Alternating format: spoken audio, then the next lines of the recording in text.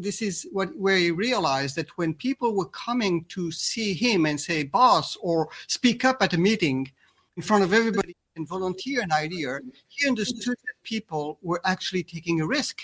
And very often people, they choose not to say anything, not to because they're afraid. They're afraid of what other people are going to say. They're afraid of their boss. They're afraid of judgment. So this is the psychological safety you were talking about. So what he understood is that when people came to see him, they were taking a risk. So what they were effectively doing is that they were giving him a gift. And he told me, when people give me a gift, the first thing I say is thank you. Welcome back, everyone, to the Geeks, Geezers, and Googlization Show, the home of Googlization Nation, where we talk with HR and business thought leaders about the crazy shift going on in the world of business, technology, and HR. Here's your host, Ira Wolf.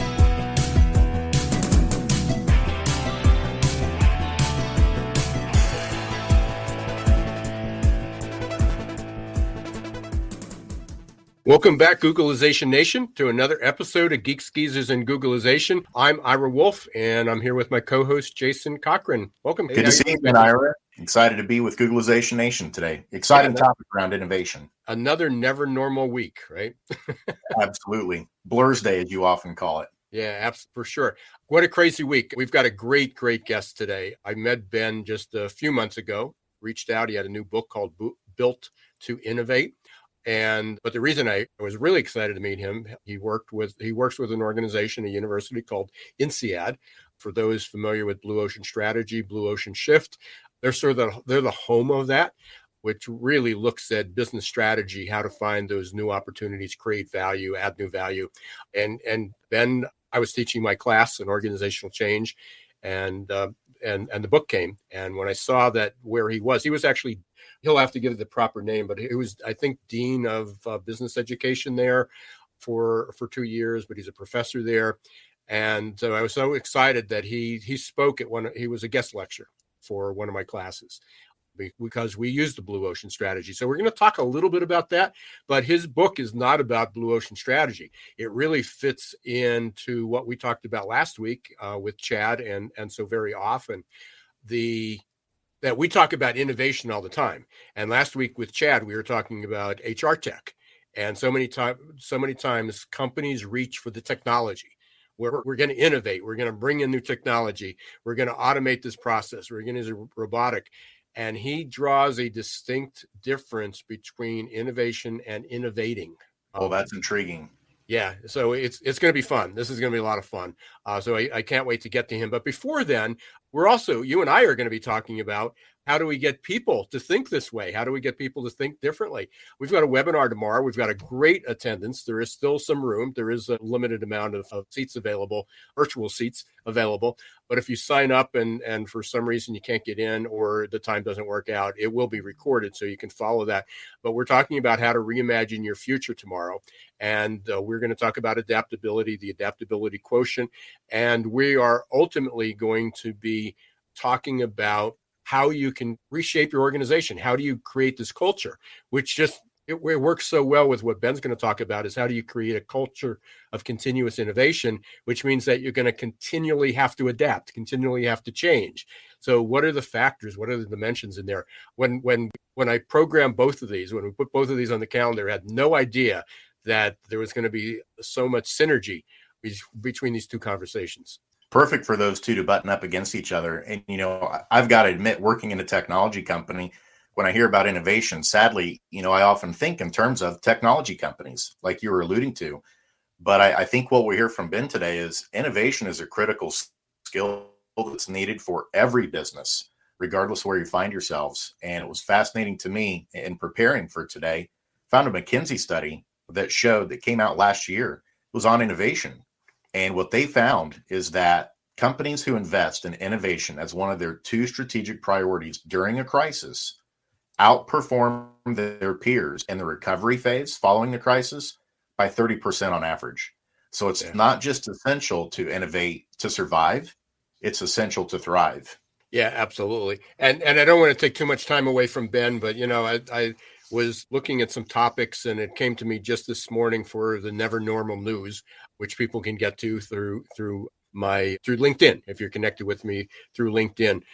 But, when we talk about normal, and I'll be interested to hear what Ben's kind of feelings about this or what his perspective is, that everybody still wants to go back to normal. I've done 2 SHRM meetings in the last 2 days, and I ask, what's your definition of normal? And everybody goes, oh, it's calm and serene and routine and nice. And I mean, it was all this fluffy stuff, but we're not going back there. But if you've heard me say this before, when we talk about going back to normal, just hit me this morning. If we go back to what was normal in 1950 and 1960, normal, Jeff Foxworthy, big fan of his, if you are, what does he say? You might be a. So when you go back to here, you might be a racist, you might be and we won't go down that path, but just some things that we forgot. I mean, baby boomers didn't forget, or maybe some baby boomers did, but other people didn't remember this. If you were a woman in the 1950s, you think earlier, you couldn't open a bank account without your husband or a male relative's approval. You couldn't get a credit card. You couldn't serve on jury duty in every state. You couldn't practice law in all 50 states. You could be arrested for breastfeeding in public. You couldn't attend a military academy. You couldn't go to an Ivy League school. You couldn't take birth control without your husband's permission. You couldn't refuse sex with your husband. Well, you just couldn't refuse sex with your husband. You couldn't go on maternity leave or keep your job if you were pregnant. I remember some of those days. And, well, I act like a geek, but I'm the geezer in the room. So there's all these things we forget about, but also people of color. You couldn't, kind of reverting back to that maybe, couldn't vote, couldn't attend the same schools as white kids, couldn't stay at a same hotel, couldn't go to a restaurant, had to sit in the back of the bus. That was all in our lifetime. That until the 1960s was normal. Is that the normal we want to go back to? And everybody wants a cherry pick. Oh, no. I wouldn't want to go back for that. Well, that's not how life works. We can't cherry pick. We can't roll the clock back to 1950 for some things. And then other things, oh, no, we want to keep them the same. So we've got a lot of work to do. And so all of this fits into this concept of creating a culture of moving forward, growth, success, continuous innovation. And we're really excited to have all the way from Japan. And just for all our U.S. listeners, or even our European listeners, it is 3 a.m., or now it's actually 3:07 a.m. or 3:08 a.m. in the morning for Bensaou, who is joining us. And he's wide awake. We talked to him before. So welcome, Ben. Yes, good afternoon, Ira. Good afternoon, Jason. Good afternoon, everybody. Yes, I'm full awake, and I hope you'll keep me awake. Yeah, for sure. So I'm just going to read your title. Thank you for inviting me. Yeah, no, absolutely. It's a pleasure, and especially you getting up that early. I've tried that a couple times, and it's not always easy. You're currently you have a role, in addition to your book, Built to Innovate, which we'll be talking about a lot, Professor of Technology Management and Professor of Asian Business and Comparative Management at INSEAD. Long title. I don't know how you get that on your door or your business card, but that's an awful long title. And for those who aren't familiar with INSEAD, I think I represented it correctly, that it's really the home of blue ocean strategy. Is that? Yeah, yes, absolutely. Yes. So for those who don't maybe know INSEAD, INSEAD is the business school for the world. It's global business school with campuses the main campus is in France, Fontainebleau, in Singapore, Abu Dhabi, and we opened a research hub in San Francisco a couple of years ago. And what we do is independent, and we do mostly degree programs like MBA, executive MBAs, and a lot of executive education. And what we teach, what we coach people in, actually comes from the research that the faculty do.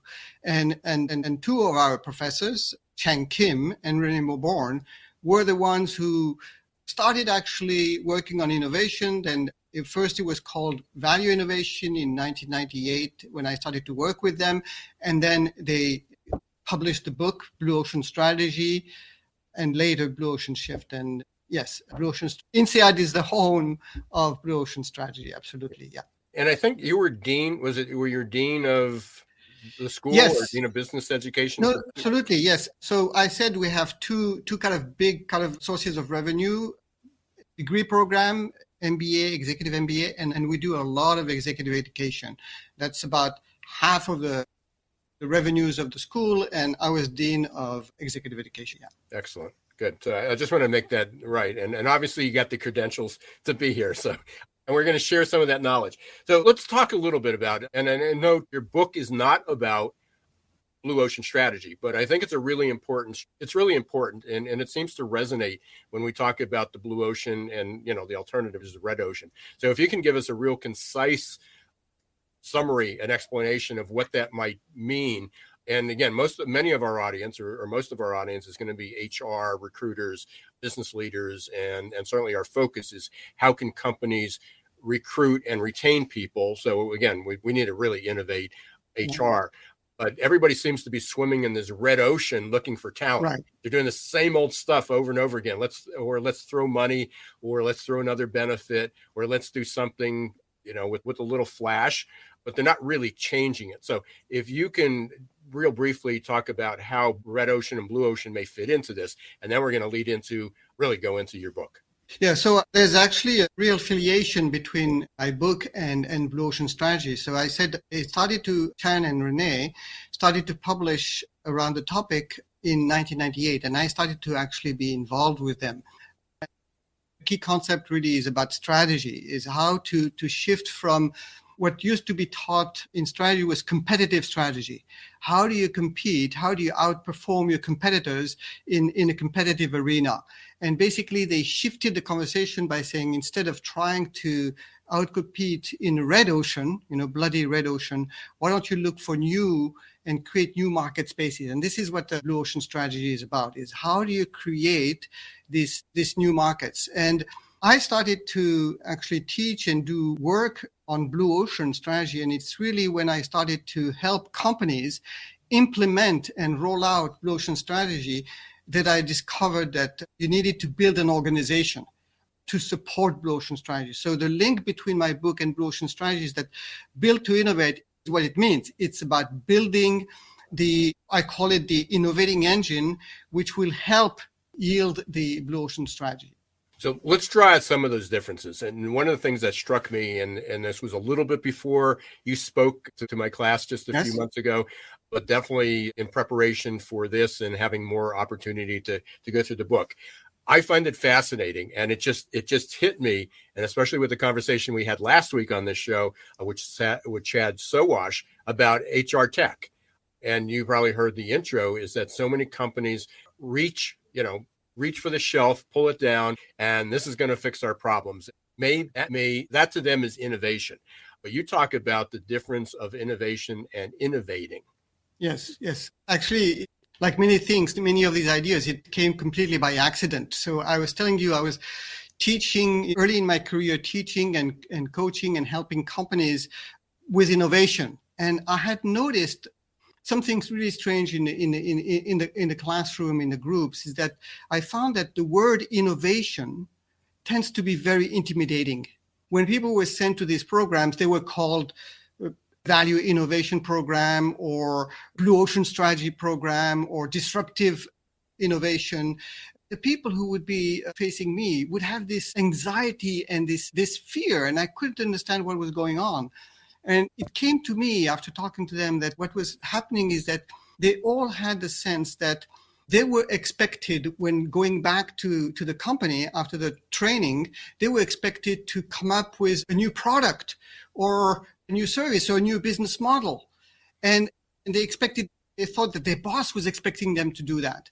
And that creates a lot of anxiety. And then I started to instead use the verb, not the noun innovation, but the verb, to innovate, or the adjective to become. Let's learn how to become more innovative.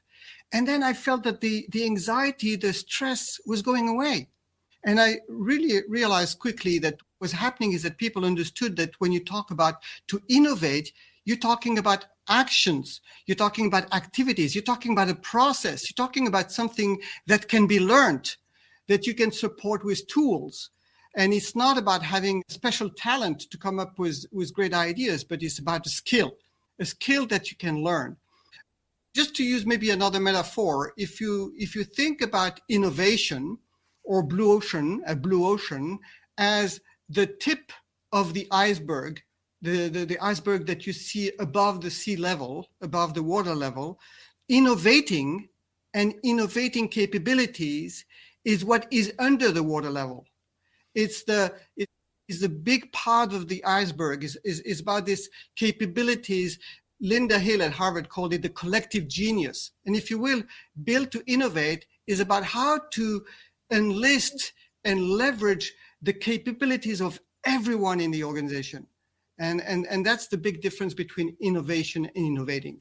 Yeah, I mean, well, my head's just racing with ideas as you talk about that, and as you talk about the iceberg, where innovation's the tip of the iceberg and innovating is the underpinning. Is that so many people? It goes back to what we were just talking about with HR tech. People reach for, we're going to have a new ATS, a new HIRS. Let's try texting. Let's try chat. Let's try automation. Let's try something else. And they don't want to do the homework. They don't want to build that foundation. And that's about building that. I believe this is correct. You call it the culture of continuous innovation. Continuous innovation. Yes. I mean, this is another thing that I noticed also is that talking to people and teaching and senior executives and frontline people, I discovered that people think that you need a genius leader or to be a startup to innovate. Well, that's not true. In the research I've done, I found established companies, even century-old companies, capable of innovating. Well, what do? They don't kind of obsess about looking for a huge industry-changing effect, but they look for small, very important, and changes which are very often in unexpected places. And this is where they use continuous innovation of all kinds, and driven by everyone in the organization. And I think this is a big difference. This is, I like the word, doing your homework. You have to build the capabilities. It's not. You can't simply rely on the genius of your leader or a few, brilliant R&D people. And I always tell people, what if your CEO is not a genius? What do? You have to create innovation or innovating capabilities in spite of the fact that you don't have a genius leader. I think this is very important. And Jason, Ben, I see your wheels. I see the wheels churning there. Absolutely fascinating, hearing Ben describe this. And I mean, it's so true. And I'm wondering for our listeners, they might be wondering, what are the major obstacles that often come up to developing that continuously innovating culture? You mentioned that you can do it in spite of leadership, like you can still have people taught the skills, but in your research, have you seen maybe one or two things that often trip up organizations in being successful at adapting and developing that innovative culture? Again, I'm not saying that leaders don't have a role to play. In fact, I make the argument that to create this capability, this innovating engine, you need everybody. And there's a specific role for senior leaders. Something that I found was surprising to me is the importance of middle management.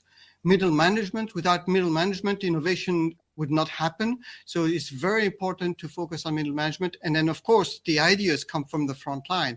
So what I talk about is really to take innovation seriously. Take it seriously. And for this, you need to build concrete, protected, and fully legitimized space within the organization where at least everyone can innovate. Not only your genius leader or your R&D people, but everyone can innovate. People, I've seen brilliant ideas from people at the call center or receptionist in one project that I've seen. You can innovate in everything you do, not only in your products and your services, but also in your internal processes, in your functions, and more importantly, innovating, as I call it, not innovation, but innovating the process, has to become a habit. And for this, you need to build, as I said, an organization, which means that it has, just like I call the other part of the organization, the execution engine, the innovating engine also needs to have a structure, a governance and coordination structure with specific tasks and roles for some people. It has to be driven by processes, and it has to have its own distinct culture. So this is something really concrete. It's not just saying, let's build the innovating engine. I like the notion of making an investment, taking it seriously, and doing the homework. Yeah, I just wrote that down, taking innovation seriously. And I think that's such a key, but it's really taking innovating seriously. Absolutely. It's not, yeah. I mean, Exactly. people take the innovation seriously because they bought something, but they don't take the innovating seriously. So, I mean, I love that distinction. I want to get into a little bit about execution, the difference of, I mean, innovating and then executing it, because a lot of organizations really do a great job of coming up with, whether it's an incremental change or a transformational change, they do a good job of that. And then it just falls flat. We don't see the benefits of that. But what are some companies, and I know there's many mentioned in your book, so people can get Built to Innovate and learn about these, but are there any companies that come to mind, that you use an example that really transform their culture or really turn this around? And I don't want to really pigeonhole you here, but if there's any that have done a really good job at changing the way they managed people. Yes. In the people's culture, that you both go along. So. Well, there are quite a number of companies that I feature in the book, and on purpose, I don't only focus on what I call the usual suspects, the high-tech companies or the entertainment companies that we know of, but I try to focus on companies and industries that are not necessarily known for innovation, like cement or tire business or pharmaceutical chemicals. So maybe one of them I can highlight just to show you how they managed to create an innovating engine by giving a role to all three layers. So this is example of Bayer. I think you pronounce Bayer, right? Bayer, yeah. The pharmacology and life sciences global company based in Germany. And mind you, this is an interesting example because this is a company that has a long history of scientific achievements and brilliant products delivered by the R&D. But in 2014, they decided to create an innovating engine to leverage the capability of the 100,000 employees they have. So what did they do? First, they made the whole board responsible for innovation. The whole board was responsible and accountable for innovation. Then they selected 80 senior managers from across all country regions and global functions to support the board as innovation ambassadors. And these ambassadors, they spend most of their time with middle managers, explaining why innovation is important, advocating for innovation, sponsoring, training the middle managers in innovation. And then they did something really remarkable. For these middle managers, they created support infrastructure. They trained and certified 1,000 innovation coaches, which they activated across the whole organization. So this is the role of the middle managers. And then for the front line, they created WeSolve. This is a digital platform where, if you will, any employee within Bayer can post a problem they're struggling with and invite input or ideas from anyone across the whole organization. Now, what is really interesting is that actually they let me actually visit the platform, digital platform. At any given time, they have about 200 challenges posted on the channel, and they have already 40,000 people who have participated in WeSolve. Mind you, the platform is in English, and they have only 50,000 people in the whole organization who speak English. But I'll tell you what is the most impressive statistics for me. They showed me. Out of the best ideas that are offered for the challenges that are posted, 2/3 of the best ideas come from unit or function different from where the challenge was generated. And for me, this is a fantastic example of how they got everyone across the organization to participate into the innovating space. So for me, this is a very good example because it's a systematic. They started in 2014 and they went by it very systematically, trained people. So for me, mention it in the book, for people to innovate, they need three things. They need to feel that they are able, which means that they need to have permission to innovate. If you don't give them permission, guess what? They won't innovate. I mean, when I say give permission, it has to be sincere. You have to sincerely give them permission to innovate. The second thing they need to feel capable, which means that they need to have the tools, the training, the support, the time to innovate. You have to allocate time and space for them to innovate. Give them the proper training. And thirdly, they need to feel motivated. They need to feel that they have challenges. So you hear a lot about companies who propose challenges, or hackathons. They need to feel that they have certain autonomy and that they're going to be recognized, that their ideas wanted, and this creates a motivation to innovate. Ben, we're coming up close to our break here, and hopefully you can stay just a few minutes longer. Oh, I'm fine. We're going to come back for that. I'm This is a enjoying fascinating conversation, and I just want to share with you, and Jason and I are co-doing a webinar tomorrow, and we're talking about adaptability, and it was really more building that culture of that. And as you went down here, you talked about is giving people permission to innovate, feeling capable, motivating others.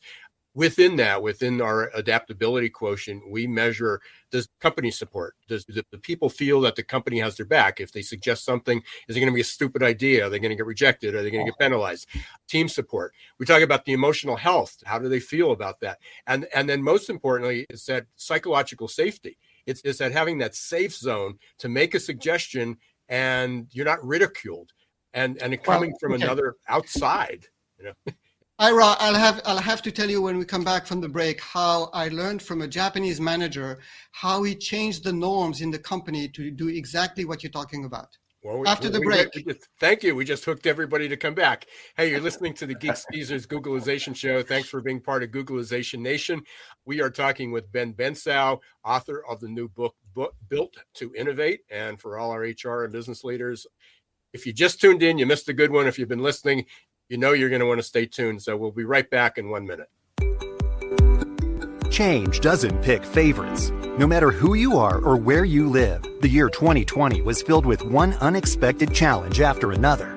According to the authors of The Adaptation Advantage, we are incredibly well prepared for the past, but woefully unprepared for the future. That leaves millions of people feeling scared, worried, frustrated, and confused.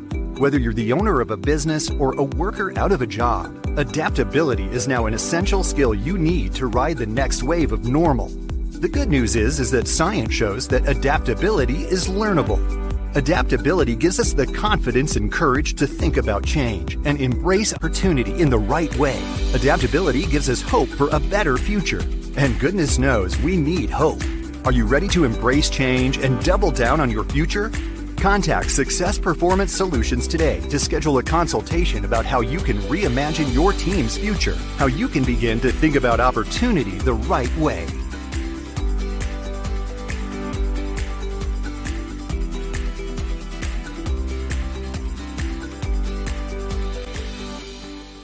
Hey, welcome back to Geeks Geezers Googlization. I'm here with my co-host, Jason Cochran. I'm Ira Wolf, and our special guest today is Ben Bensaou, author of the new book, Built to Innovate. Ben, when we left off, I just want to put Roxy, if you can run the banner there for the webinar tomorrow, just so if anybody wants to register, it is free and you can sign up. It's 2 p.m. Eastern time. If you can't make it, it will be recorded. So sign up anyway, and you'll be sure to get the recording there.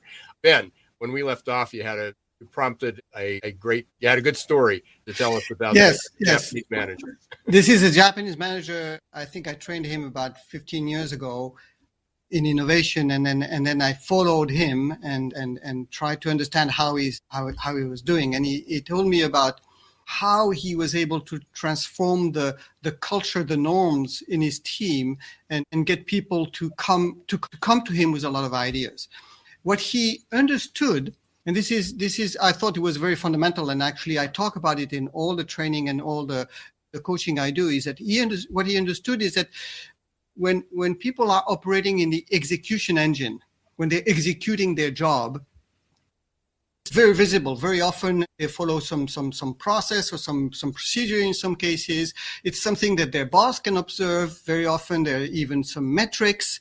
So they know that their boss at any time can know whether they're doing their job or correctly or not. But this visibility disappears when you're talking about innovation. You see, I can't come and say, "Oh, Ira, I think you have an idea. You're hiding it from me. You're not telling me." This is where he realized that when people were coming to see him and say, boss, or speak up at a meeting in front of everybody and volunteer an idea, he understood that people were actually taking a risk. And very often people, they choose not to say anything, not to because they're afraid. They're afraid of what other people are going to say. They're afraid of their boss. They're afraid of judgment. So this is the psychological safety you were talking about. So what he understood is that when people came to see him, they were taking a risk. So what they were effectively doing is that they were giving him a gift.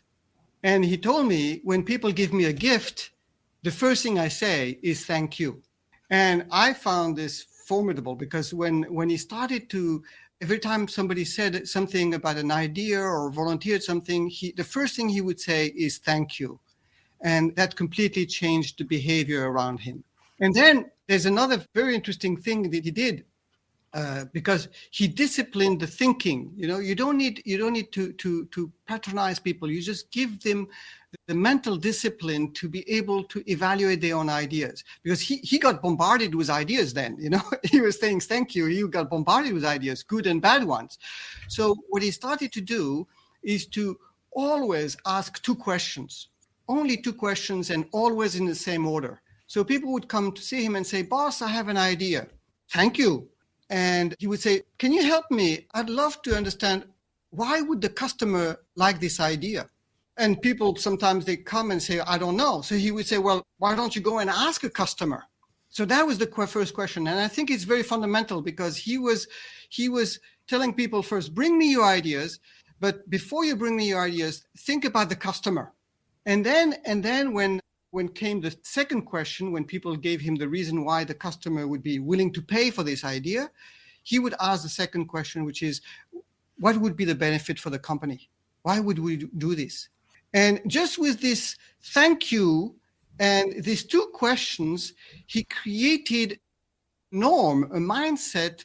And he was telling me, he was even laughing himself. He said, after a few months, because people talk to each other, they know the boss always asks these strange questions. So he had people now come to him and say, boss, I have a great idea, and the customer is going to like it for this, and this is why we should do it.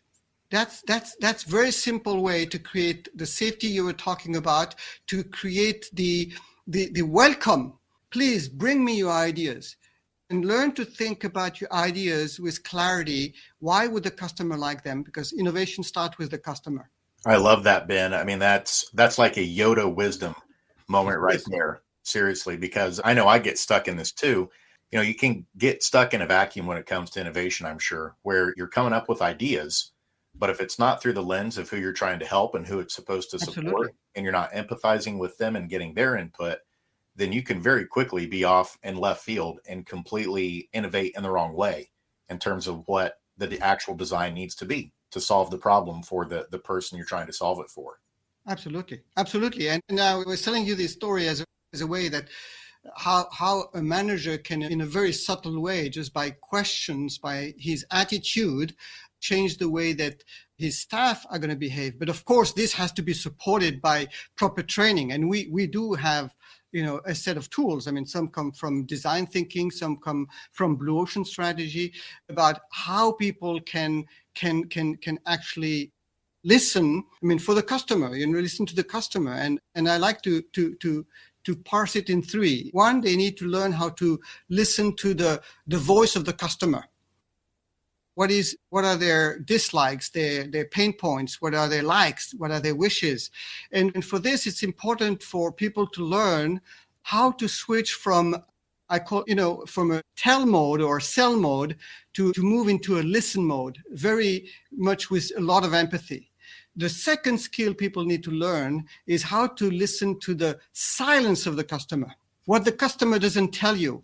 And the customer is not telling you either because they don't know about this desire or this need that they have, or they might know about it, but they don't tell you because they don't think it's your problem to solve. And I can give you an example if you want. And then the third one is to learn, and Ira knows a lot about that, is how to learn from the non-customers. This is something that very often people underestimate, is how much you can learn from non-customers. And this could be customers who are not your patronizing your business, but it could be also your suppliers, your customers' customers if you're in B2B, your influencers, regulators. I found also can help to innovate. So these are really important. This is what I call the customer comes first in innovation. Yeah, and again, we talked a lot about, we've had Charlene Lee, I might have mentioned her, I don't know if you're familiar, she talks about disruption mindset, and her focus is on future customer. I know you talk about the future customer, looking at that, not what the customer bought in the past or what they valued in the past, but what will they value in the future. It creates little signs of innovation. You also mentioned, Ben, and we're coming up close to the ends here, and then we have our little bit of a lightning round here. So I want to be sure that we get to that. But one of the things that we also measure in the AQ is motivating style, what motivates people, and basically covered it because there are some people that are motivated to play to protect. You play to win. They're willing to take the risks, go out. They're willing to steal second base, but you have to leave first. And there's other people that want to say, yeah, I want to steal second. I want to get there, but I'm not willing to take my foot off the first base, and they can't possibly get there. So again, you covered so many aspects of did without any planning. I mean, this wasn't rehearsed. Yes. So, and I really appreciate your insights. We are definitely going to have to get you back another time. Hopefully, we'll try to be a little bit more flexible. We won't do these routinely at 3 a.m. But we really appreciate you being here. Before we get to how people can get in touch with you and so forth, a couple lightning round questions that we have. Number one, if you had to pick one word to describe 2022, what is it? Hope. Oh, thank you. Good word. What's the best advice you ever got but ignored? Oh, grow up. Yeah, I've heard that a lot. Or, have a life or get a life or something like that. Yeah. Favorite podcast? Favorite? Yes. Podcast. Other than Geeks Geezers Googlization, of course. But Actually, I've just in the middle of another podcast, which is now in 3 parts. I forget what's the name of the podcast, but the host is Aidan McCullen from Ireland. I think it's the Innovation. Do you know it? It's not your own. No. Yeah, Okay. There's only I'm sure people, if people are interested, they can look it out. It's Aidan, Aidan McCullen from Ireland. I enjoy it because it's we go through the book chapter by chapter. Almost. Oh, nice. Yeah. If you share that with us, we'll make sure it's in the show notes yes. and stuff. So you can do that. Type his name here. Yeah. While we're on the air, you can do that afterwards. What's your favorite book? My favorite book is business book. You mean? Yes. It has to be Blue Ocean Strategy. And final question. Actually, can I have a second also for that? Oh, absolutely. I always do that. I always have 2 or 3. So the individualized enterprise. These are actually, I would say, Built to Innovate is built on these 2 books, Blue Ocean Strategy and the Individualized Corporation or Enterprise by Sumantra Ghoshal and Sumantra Ghoshal and Chris Bartlett. We'll put both of those in the show notes. Last question. We get you back. It's 12 months from now. It's the beginning of 2023. Hard to believe. What are we going to be talking about? Oh, I'm sure we'll still be talking about innovation, but it's endless topic. Or certainly about, you mean in business, and we're not talking about politics. Right. Okay. Well, we could be talking politics, but let's try to steer away from politics. Yes. From Europe, so I'm not going to meddle with you. What's going on there? Yes, I think it's going to be digitalization. Yes. Yeah, that's interesting that you say that. So we'll definitely have to have you back. I think it came from Forrester. I just saw there's a webinar or a session next week, and they talked about it. And the first bullet was, now that digital transformation is over, what should we be doing? And I didn't get the memo that it was over. We'll be curious what they have to say. Ben, it's an absolute pleasure. How can people get a hold of you? How can they get your book? Well, I think there's a banner with the website for the book. It's BTI, btithebook.com. People can find me also on social media, LinkedIn, Facebook, Twitter, YouTube. We have a YouTube channel with quite a few videos. They can just look for Bensaou, and then I'm sure they'll land somewhere. blessed. Anything that we should have asked you that we didn't? Oh, no. I think we need to continue. We need to have part 2, part 3. I mean, there's so much more to talk about. Yeah. Oh, absolutely. And we'd be thrilled to have you back. I'd love to. Yeah. Please stay safe. We'll continue to follow you. We'll definitely be in touch. And thanks, and appreciate the opportunity. Thanks for reaching out to me initially and sending me the book, and I'll be talking about it. So hopefully you'll get some more sales. All right. Thank you so much. Thank you, Jason. Roxy, thank you.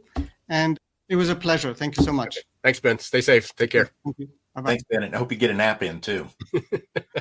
So, or get back to bed. Yeah, that was great. It really was unrehearsed. I mean, you talk about the synergy between that, and I was trying to draw some of the connections, and I shared that, and even though I heard Ben, we had a conversation a month ago for about an hour with the class. Even then, hearing some of what his approach was, I wasn't making some of the connections of how this related to what we're talking about. But I mean, it was one after the other. The synergies. I just love that concept of creating an innovating culture and the difference between innovation and innovating. And we talk about innovation so much, and so do many of our guests. We talk about technology and how we need to become innovators and what people need to do. But the distinction was just phenomenal. I mean, we're talking about lessons learned, what we learned for you. What did you hear what was your aha moment today? Yeah, that was a big one that you just alluded to, the difference between innovation and innovating. Another one for me, we didn't have time to get into it more today, but he alluded to the importance of cross-functional teams, where, oftentimes the most innovative solution to actually solve the problem within a certain department actually came from a different department that was looking at it from a separate set of lenses. And I just think that's such good wisdom for all of us, not only in our personal lives, but professional lives, and certainly in an organization, that, we can inadvertently get our blinders on when we've been working on a problem for so long. And many times it's getting that outside perspective from someone or a group of other people that have fresh eyes, fresh ideas to the problem, and fresh perspectives that finally unlocks it. And you get that moment of how you're actually going to solve it for someone. Yeah. And again, I think he did mention that it was that one example that, 2/3 of the solution or the recommendations that they implemented came from people outside the department. Right. So somebody presented a problem they were having, and 2/3 of the solutions or the suggestions that they pursued were from outside organizations. That's phenomenal. Yeah, I mean, just the list goes on. I got a million notes here, and we'll get these into the show notes, and hopefully people will also get as much information and value from it as we did. But we really thank Ben, especially with a 10-hour difference. I've done that. I've stayed up late and participated, and I've gotten up early, and it's never easy. So really appreciate Ben doing that, and especially with I certainly am passionate about the Blue Ocean strategy. I think it has so much there, and HR really needs to think about how can they become an innovating, not how they can innovate, but how they should become an innovating culture. Absolutely. Just one real quick story, and then I know we need to wrap up and talk about the webinar. Sherry Harper, put in a plug for her. She's a friend of the show. She's a chief people officer with a new company, but she used to be chief people officer of Frisch's Restaurants, if you've heard of those. Oh, yeah. Big boys. Big boys. Right. Absolutely. Well, whenever the COVID first started, obviously, business just went completely down because they're a restaurant. They fortunately had already built an innovative culture, and they thought, how are we going to continue to survive and thrive through this? Well, they turned each of their locations into basically a convenience store. So you could pull up into the drive-through and get toilet paper. You could get hand sanitizer, sanitizing wipes. So if they weren't going to have customers inside eating food, then they were going to use it basically as a warehouse. So people could zip through and order those things. And so, just in terms of folks thinking, well, how can we be innovative? We're a restaurant. Everybody can innovate, like Ben said. Yeah. Brilliant. There's so many other things, and my mind's racing with other ideas, but we're almost out of time. We're going to get pulled off the air soon. Listening to Geeks Geezers and Googlization, I want to thank you, Jason, for being here. It's been great. We've got an incredible lineup coming up, and some big news about us joining the People Forward Network. You'll see some new logos, some new impressions, some different guests, some different style of present interviews that we're going to have. We want to thank everybody for being part of Googlization Nation. And one final reminder, tomorrow, Thursday, January 20th, the 20th, 2 p.m. Eastern time, we will be Jason and I will be doing our webinar about Reimagine Your Future. There is the link, rebrand.ly/reimagine 2022. That's rebrand.ly/reimagine 2022. Or you can just go to the website for Success Performance Solutions, and right at the top, there's a button. You can register there. If you're connected with us on LinkedIn, you'll see it there. So lots of ways that you can participate. If you can't be there at 2:00, please register anyway, because there'll be a recording and you'll get that afterwards. Again, we want to thank you. We'll be continuing this conversation tomorrow at Reimagine Your Tomorrow and every week on Geeks Geezers Googlization. Thank you for being part of it. Thank you for listening. Please share. If you haven't subscribed yet, please do so. And we'd love to have a review or two up on any of the podcasts. My exit. Don't let the shift hit your plans.